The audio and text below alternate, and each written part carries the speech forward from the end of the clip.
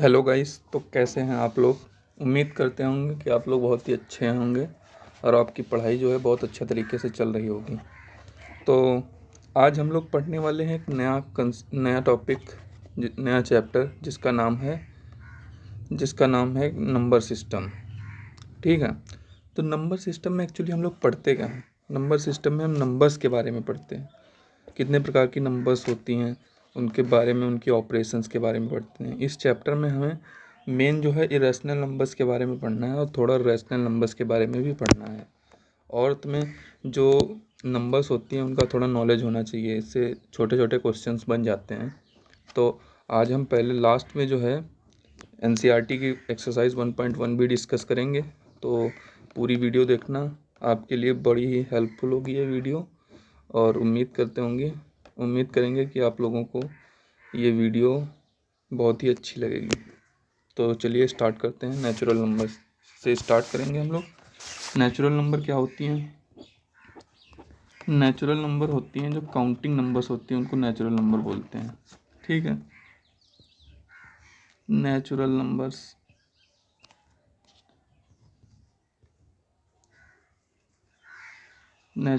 जो होती हैं वो हमारी क्या होती हैं, काउंटिंग नंबर्स होती हैं। काउंटिंग नंबर्स, ठीक है। और इसको हम जो है कैपिटल एन से डिनोट करते हैं, रिप्रेजेंट करते हैं।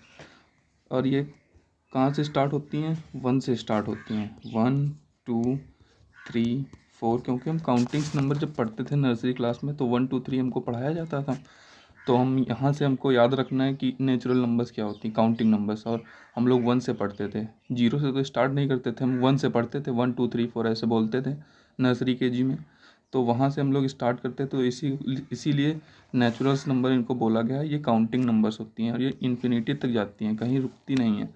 जहाँ तक आप सोचोगे उसके आगे भी एक नेचुरल नंबर होगी, मतलब कि आप सोच नहीं सकते हो कितनी नेचुरल नंबर्स होती हैं। ठीक है। इसके बाद हमारी आती हैं होल नंबर्स। अगर आपने नेचुरल नंबर्स समझ ली है तो होल नंबर्स आपको बड़ा आसानी से समझ में आ जाएगा। क्योंकि होल नंबर्स में होता क्या है, होल नंबर्स में बस जीरो ऐड हो जाता है। Natural numbers plus all natural number plus zero, और ये कैपिटल डब्ल्यू से रिप्रेजेंट किया जाता है। इसमें जीरो से स्टार्ट होती हैं, 0 1 2 3 4। अब अगर -1 लिख दिया जाए तो -1 एक होल नंबर नहीं है, ना ही वो नेचुरल नंबर है। ये कह सकते हैं वो नेगेटिव ऑफ नेचुरल नंबर है, ये कह सकते हैं। लेकिन अगर -1 है, माइनस वाली कोई भी नंबर जो होंगी वो नेचुरल नंबर या होल नंबर नहीं होंगी। ठीक है। होल नंबर में और नेचुरल नंबर में क्या डिफरेंस होता है कि होल नंबर में जो होता है जीरो इंक्लूड होता है, जबकि नेचुरल नंबर में जीरो इंक्लूड नहीं होता है। ठीक है। ये भी इन्फिनिटी तक जाती हैं। ठीक है। तो ये दो कंसेप्ट आपको बिल्कुल क्लियर हो गए होंगे। अब इसके बाद हम पढ़ेंगे इंटीजर्स के बारे में। इंटीजर्स क्या होते हैं। अगर आपने होल नंबर, नेचुरल नंबर समझ ली है तो इंटीजर बड़ा आसान होगा समझना आपको। इंटीजर बड़ी ध्यान से समझना, बहुत ही आसान होता है इंटीजर। इंटीजर मतलब क्या होता है, एक तो पूरी नेचुरल नंबर, सारी नेचुरल नंबर्स, फिर जीरो भी ले लेंगे हम यहाँ पे। ठीक है। और नेगेटिव ऑफ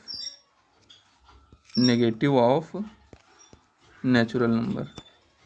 नेचुरल नंबर का नेगेटिव भी जो है वो, अगर इसको मिला देंगे, नेगेटिव ऑफ नेचुरल नंबर क्या होता है, जैसे कि 2 एक नेचुरल नंबर है तो इसके आगे अगर माइनस साइन लगा देंगे तो ये -2 जो होगा वो नेगेटिव ऑफ इस नेचुरल नंबर का नेगेटिव हो जाएगा। तो मैं एक कहना क्या चाह रहा हूँ, और सभी नेचुरल नंबर्स ले लो, उनके नेगेटिव लगा दो, उनको एक पूरे सेट में भर लो। इसको कैपिटल जेड बोलते हैं। इंटीजर, जो इंटीजर रिप्रेजेंट करता है उस सेट को कैपिटल जेड बोलते हैं। ठीक है। कैपिटल जेड से रिप्रेजेंट करते हैं। तो इसमें मतलब मैंने क्या बोला था, ऑल नेचुरल नंबर का नेगेटिव, यानी कि माइनस वाली सारी नंबर्स आ जाएंगी।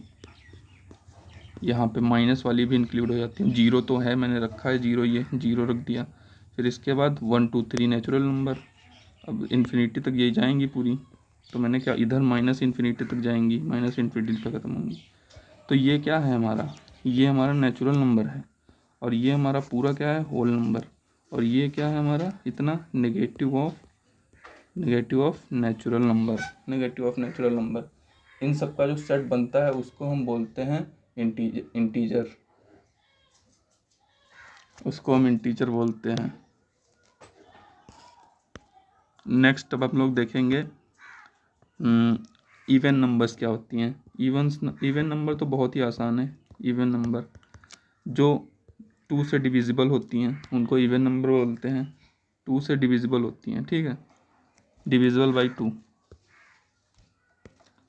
All these numbers which are divisible by 2 are known as even numbers. Divisible by 2, जैसे कि हम लोग 10 ले लेंगे, 10 को 2 से डिवाइड करेंगे, कम्प्लीटली डिविजिबल हो जाएगी, कम्प्लीटली डिवाइड हो जाएगी, 5 आ जाएगा आंसर। तो ये 10 एक इवन नंबर है। 11 ले लेंगे तो 2 से डिवाइड नहीं होगी, तो ये इवन नंबर नहीं है। ये फिर कौन सी नंबर है? ये ऑड नंबर हो जाएगी, इसको ऑड नंबर बोलते हैं। ऑड नंबर क्या है? Not divisible by 2, completely not divisible by 2, ठीक है, बहुत आसान है, नॉट डिविजिबल बाई 2, ठीक है। अब इसके बाद हम लोग पढ़ेंगे प्राइम नंबर्स, यही इम्पोर्टेंट है। Prime number, prime number, prime numbers क्या होती हैं? प्राइम नंबर्स ऐसी नंबर्स होती हैं जिनके सिर्फ 2 फैक्टर्स होते हैं। एक वो इटसेल्फ फैक्टर होगा, एक वन फैक्टर होगा, ठीक है। A number which has only 2 factors, only 2 factors, one itself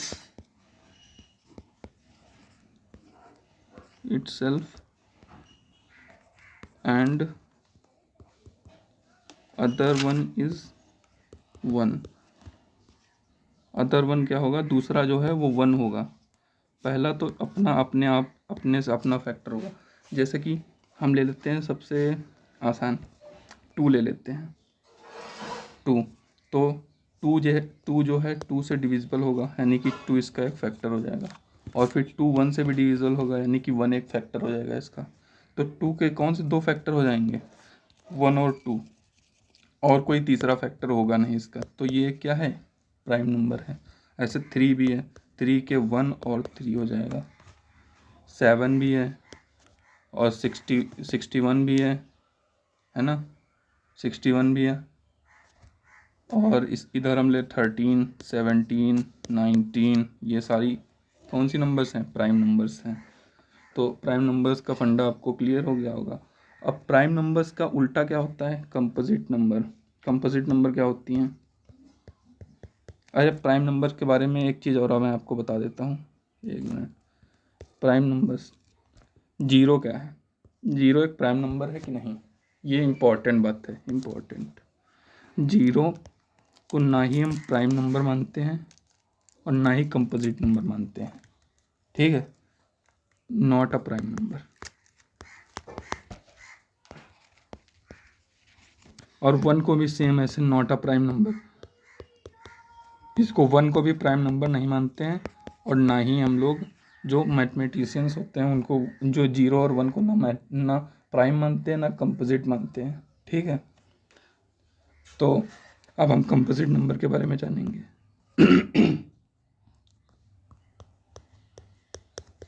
sorry, composite number क्या होती हैं? एक्चुअली कंपोजिट नंबर जो होती हैं हमारी, जिनके मोर देन 2 फैक्टर्स होते हैं। जैसे कि हम एग्जांपल लेंगे, more than 2 factors, more than 2 factors. इसमें बच्चों को बड़ा ही कन्फ्यूज़न रहता है। ये प्राइम नंबर और इवन ऑड में बड़ा कन्फ्यूज़ रहते हैं बच्चे। तो इसमें आज क्लियर हो जाएगा बिल्कुल, कैसे आप समझ लेंगे। जैसे 4 ले लें हम, तो 4 का फैक्टर क्या होगा? 1 होगा, 2 होगा, ठीक है, 4 होगा, 3 फैक्टर हो गए इसके, है ना। कैसे मैंने किया ये देखो, 4 को ऐसे डिवाइड कर लो, 2 2 जा 4, 2 1 जा 1, 2 1 जा 2 1 जा 1, 2 1 जा 2, ठीक है। अब ये देखो 2 एक फैक्टर आ गया, 1 एक फैक्टर आ गया। इधर वाले सारे फैक्टर्स होते हैं 1 2 and 4, these are the factors. बस ये हमारे फैक्टर्स हो गए। अब हमें पता चल गया कि कंपोजिट नंबर और प्राइम नंबर में क्या डिफरेंस होता है। अब हम आगे पढ़ेंगे को प्राइम नंबर।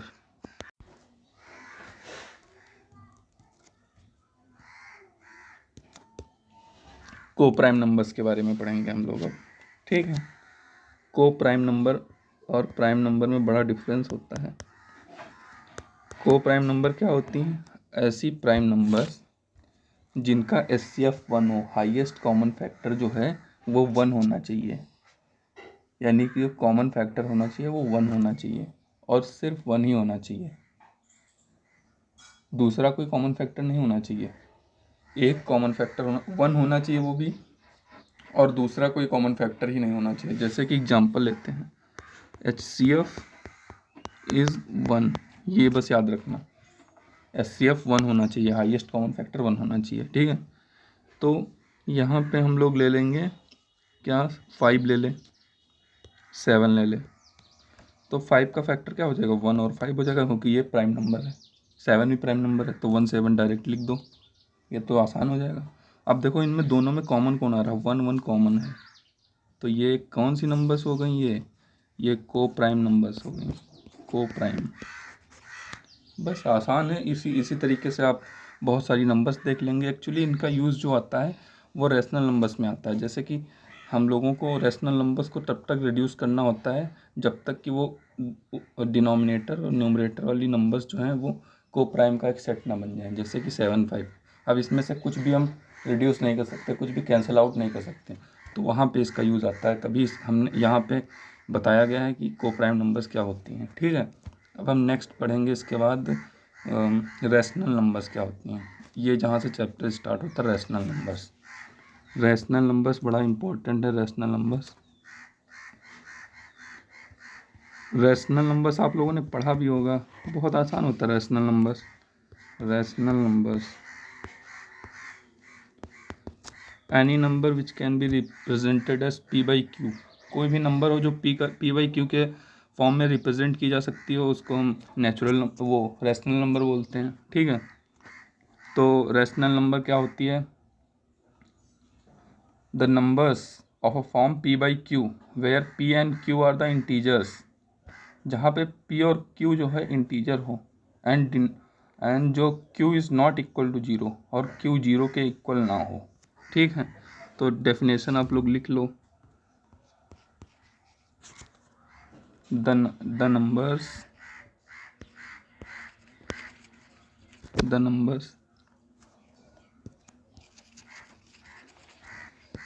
यहाँ से लिखते हैं,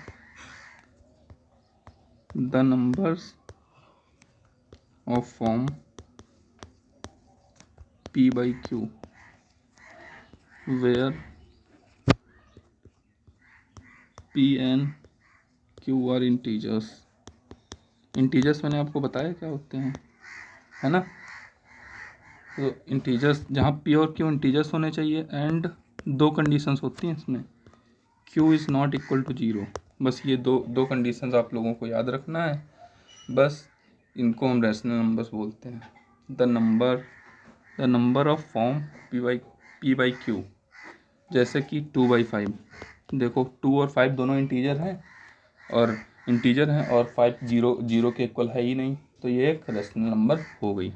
अब हम जिसको हम इस फॉर्म में रिप्रेजेंट कर सकते हैं वो भी एक नेचुरल नंबर होगी, जैसे कि 0.2, इसको भी इस फॉर्म में रिप्रेजेंट किया जा सकता है। 1 बाई 5, ये भी एक इंटीजर, तो ये मत भूल जाना कि 0.2 लिखा है तो ये रैशनल नंबर नहीं है।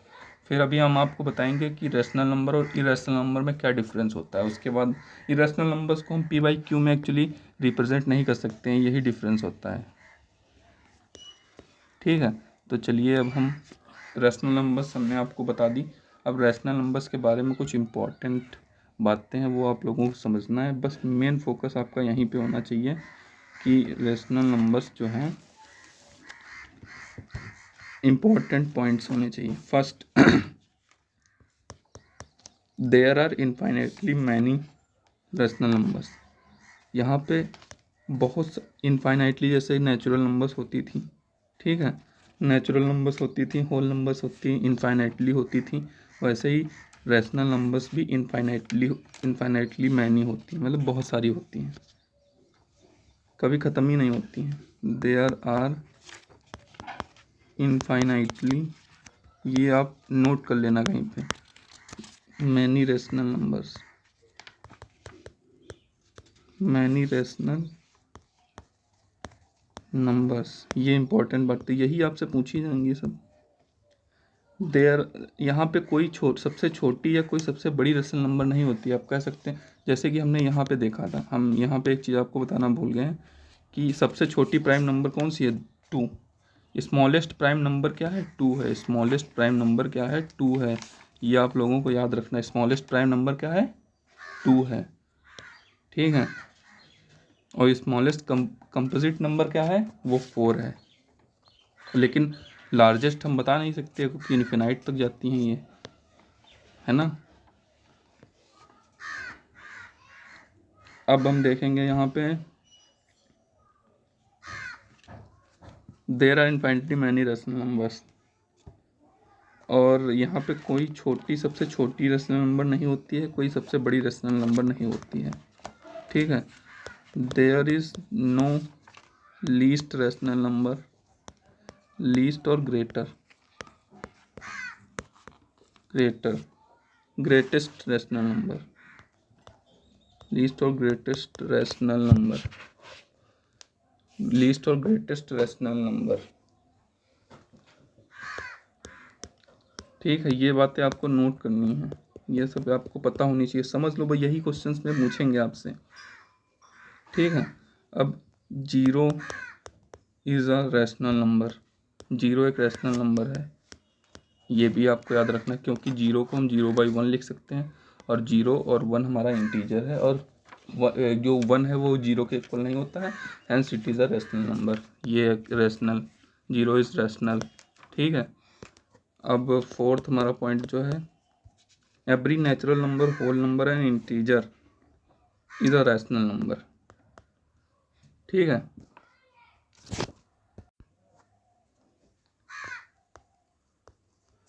एवरी नेचुरल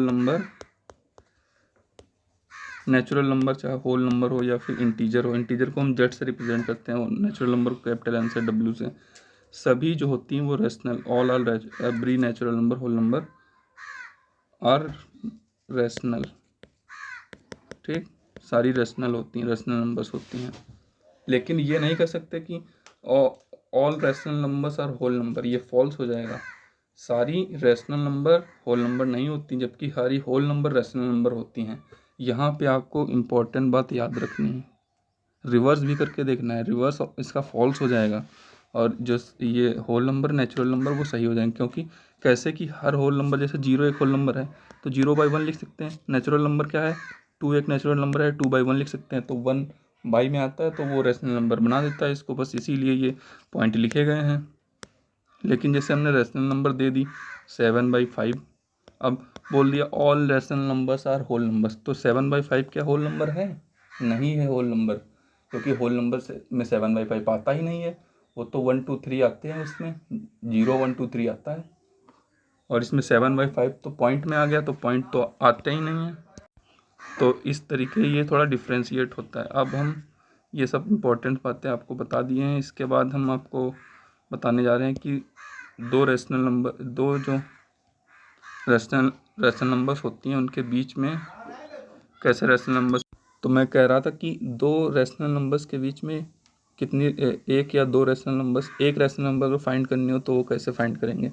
जैसे कि हमने एग्जांपल ले लिया 1/3, और पहला एग्जांपल है हमारा 1/3 और 1/2, इसके बीच में हमें वन रैशनल नंबर फाइंड करनी, तो कैसे फाइंड करेंगे। सिंपल सा फार्मूला है, याद रखना ये कि 1/2 और मल्टीप्लाइड बाई x+y, ये फॉर्मूला याद रखना आपको। इससे जो है इन दोनों रैशनल नंबर्स के बीच की एक रैशनल नंबर निकल के आ जाएगी। तो x हम इसको मानेंगे और y हम इसको मानेंगे। अब हम फॉर्मूले में पुट कर देंगे 1/3 + 1/2। ठीक है, ये हर उस पर काम करेगी। ठीक है, तो ये देखो, इसका एलसीएम ले लो, 3 और 6 का एलसीएम ले लो, 6 हो जाएगा। 6 इज द एलसीएम, 2 और 3 5/6, और ये कितना हो जाएगा मल्टीप्लाई करने के बाद 5/12 हो जाएगा। तो इन दोनों के बीच की एक रैशनल नंबर जो निकल के आई है वो 5/12 हो जाएगी। ठीक है। आप लोगों को अब हम नेक्स्ट क्वेश्चन इसी तरीके से कराएंगे। केस सेकंड, जब मतलब कि वह एक से ज़्यादा रैशनल नंबर्स निकालनी हो तो कैसे करेंगे। जैसे कि इससे अब ये 1/3 और 1/2 के बीच की एक रैशनल नंबर है। अब हम इसके बीच की इन 1/3 और 5/12 को ले लेंगे और फिर यही फॉर्मूला निकाल लेंगे तो इसके बीच की एक निकल आएगी। फिर जो निकल के आएगी, मान लिया वो P/Q आ गई, इसके भी इस अब P/Q और 5/12 के बीच की एक निकाल लेंगे। तो ऐसे बहुत सारी रेशनल नंबर्स निकालते चले जाएंगे। बस आपको ये पता होना चाहिए कि आप कैलकुलेशन गलत ना करें। ठीक है, ये मेथड 1 होता है रेशनल नंबर्स को फाइंड करने का। दो नंबर्स के रेशनल नंबर्स के बीच में एक रेशनल नंबर कैसे फाइंड करेंगे, एक से अधिक रेशनल नंबर कैसे फाइंड करेंगे, उसको जो है ये फाइंड करने का एक मेथड होता है। मेथड 1 मैंने आपको ये बता दिया। ठीक, मेथड 2 अब देखिए आप। मेथड 2 क्या होता है कि मेथड 2 में जो होता है हमारा, जैसे कि एग्जांपल के तौर पर 3/5 और 4/5, इसके बीच में हमें 5 रैशनल नंबर्स निकालनी है। 5 rational numbers, find 5 rational numbers.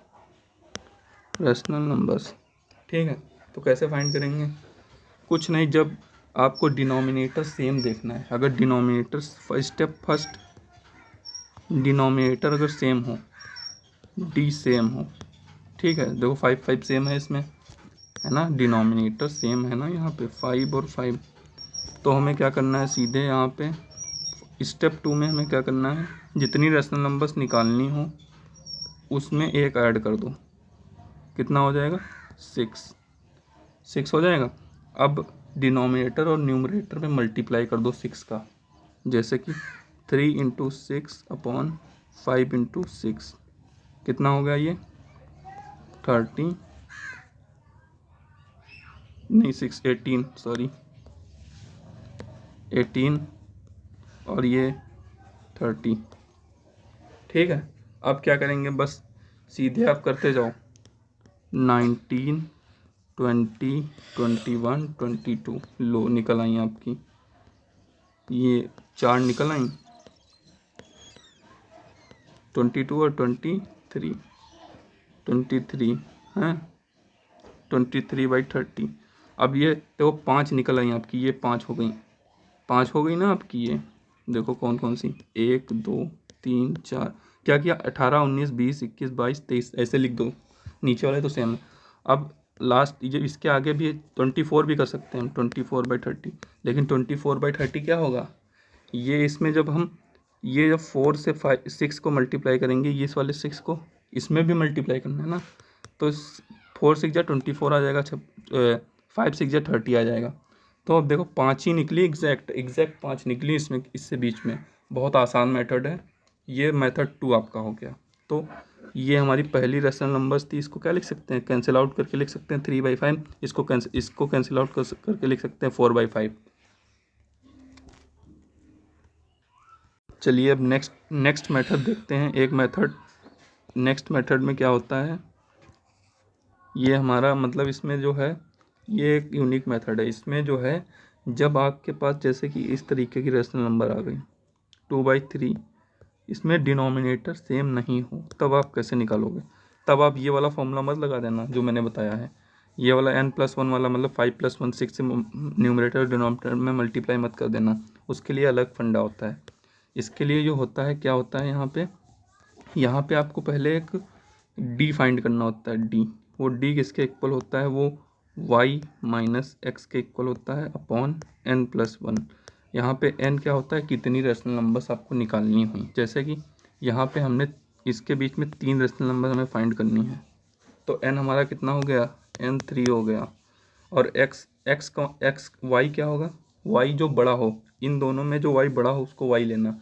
तो y इसमें बड़ा कौन है, 3/4 बड़ा है, तो y इसको हम ले लेंगे और x हम इसको ले लेंगे। ठीक है हैं। अब उसके बाद हम ये फॉर्मूले में d की वैल्यू निकालेंगे। d कितनी, y की जगह 3/4 रख दो, x की जगह पे -2/3, तो प्लस हो जाएगा 2/3 अपॉन d की n+1, n क्या 3, तो 3 + 1। ऐसे इस फॉर्मूले में वैल्यूज पुट करनी होती है। अब d निकाल लिया, बस पूरा आपका क्लियर हो जाएगा। डी में एलसीएम ले लो, 9 + 8 अपॉन 12 इंटू 314, ठीक है ना, एकदम क्लियर है। 9 8 17 होता है और 12 है ना, 12 हो जाएगा और ये यहाँ पे मल्टीप्लाइड बाई 4।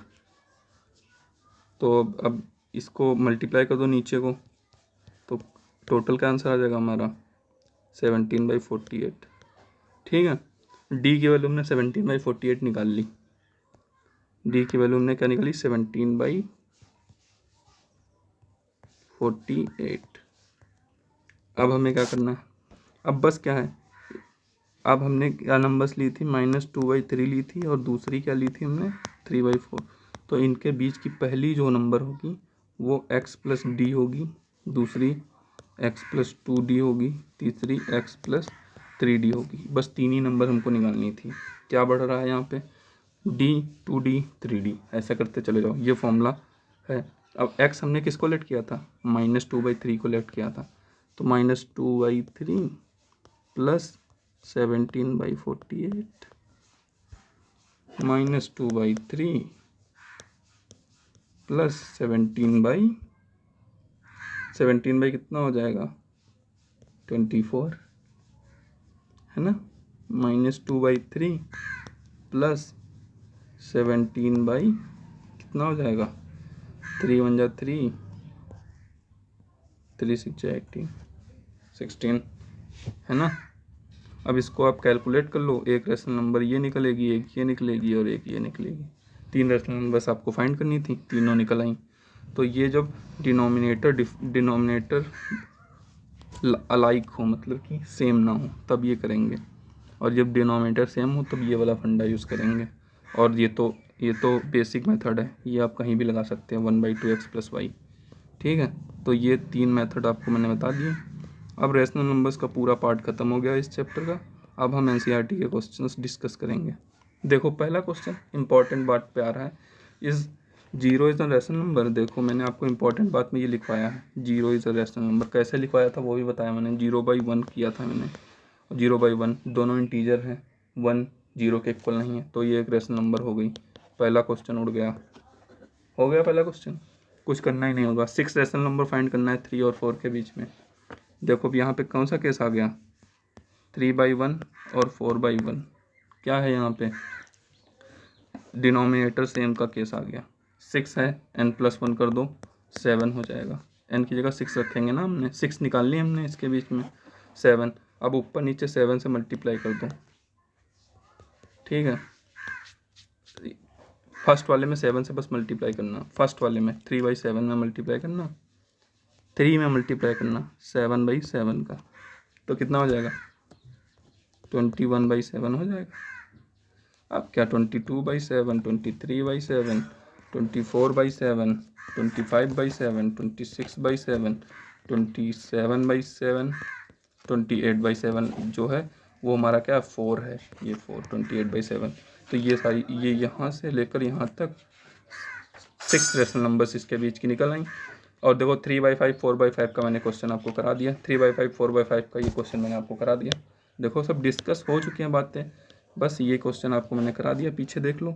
अब ये देखो इंपॉर्टेंट बातें, ये मैंने आपको बताई थी, ये सब लिखा है यहाँ पे, ये देखो, every natural number, whole number and integer, Z को इंटीजर कहते थे, आर रेशनल नंबर। देखो बिल्कुल आप ये अगर तब पढ़ लिया मेरा आपने लेक्चर पीछे ध्यान से पढ़ लिया, तो कोई भी क्वेश्चन आपका रुकेगा नहीं, कहीं का भी कैसा भी क्वेश्चन हो। Every natural number is a whole number, क्या इंपॉर्टेंट बात यहीं पे पहले लिखवाई थी, ये देखो, every natural number is a whole number. देखो यहाँ पे क्या मैंने बताया था, एवरी नेचुरल नंबर, मैंने आपको बताया था every natural number is a whole number. देखो होल नंबर में है सारी नेचुरल नंबर्स, तो यानी कि ये करेक्ट है फर्स्ट वाला हमारा, every natural number is a whole number, it is true, ठीक है। Every integer is a whole number, every integer whole number कैसे हो सकता है, जबकि -1 भी एक इंटीजर है, -1 एक इंटीजर है कि नहीं है, और -1 एक होल नंबर नहीं है, तो ये फॉल्स हो गई स्टेटमेंट। ठीक है, ये हमारी स्टेटमेंट फॉल्स हो गई। ये हमारी ट्रू है, ये फॉल्स। ठीक है, every rational number is a whole number. देखो, every rational number is a whole number, ये मैंने आपको बताया था, ये फॉल्स है। Every rational number whole number नहीं हो सकती, जैसे कि 7/5 एक रैशनल नंबर है और ये 7/5 एक होल नंबर नहीं है, तो इट इज़ फॉल्स। बस एक्सरसाइज 1.1 आपकी डिस्कस हो गई है। अगर आपको वीडियो अच्छी लगी हो तो लाइक करना और मेरे चैनल को सब्सक्राइब करना था, ज़्यादा से ज़्यादा शेयर करना। Thank you.